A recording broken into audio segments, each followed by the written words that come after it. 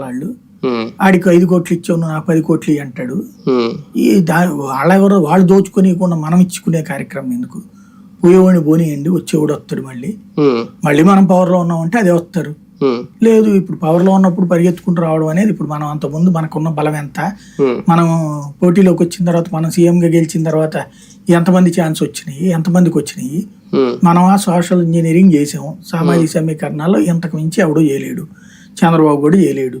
చేసిందాన్ని వాళ్ళు నిలబెట్టుకోలేక, వాళ్ళు నిలబెట్టుకోలేకపోతే దాన్ని పుచ్చుకుని మనం రోజు వాళ్ళ వెనకాల బతిలాడతా అయ్యో బాబు నువ్వు లేకపోతే మేమేం బతకలేము అని చెప్పంటే ఎట్టగా?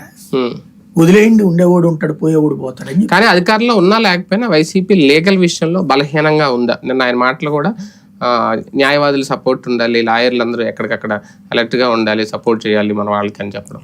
ఖచ్చితంగా లీగల్ సమస్య ఏమైపోయిందంటే ఫ్రమ్ ద బిగినింగ్ వీళ్ళు పట్టించుకోలేదు.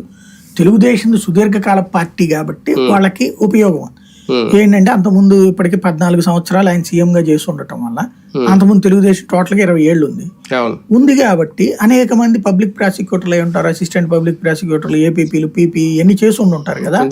వాళ్ళు ఆ తర్వాత గవర్నమెంట్ మారినప్పుడు వాళ్ళందరూ కూడా తమ పార్టీ మళ్ళీ అధికారంలోకి వస్తే తమకు లైఫ్ వస్తుందన్న ఉద్దేశంతో ఎక్కువ కష్టపడ్డారు. ఇది చూడండి, అప్పుడు కోర్టుల్లో ఒక రకంగా మీదకి వెళ్ళిపోయారు న్యాయమూర్తులు.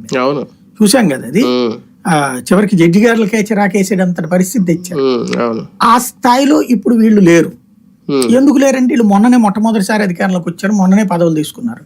వీళ్ళలో ప్రత్యేకించి పార్టీ నమ్ముకున్నోళ్ళు అనేది ఏం లేదు. ఎందుకంటే డైరెక్ట్ గా పార్టీలో నుంచి అక్కడికి వెళ్ళిన వాళ్ళు ఏం కాదు.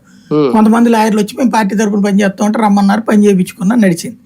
ఓ బలమైనటువంటి లాయర్స్ టీము ఇంకో టర్మ్ కంటిన్యూ అయితే వచ్చి ఉండేది, లేదా ఇప్పుడు ప్రారంభమైంది అంతే. ఇప్పుడు ఒరిజినల్ గా చెప్పాలంటే అప్రెంటిస్ టైం ఇది.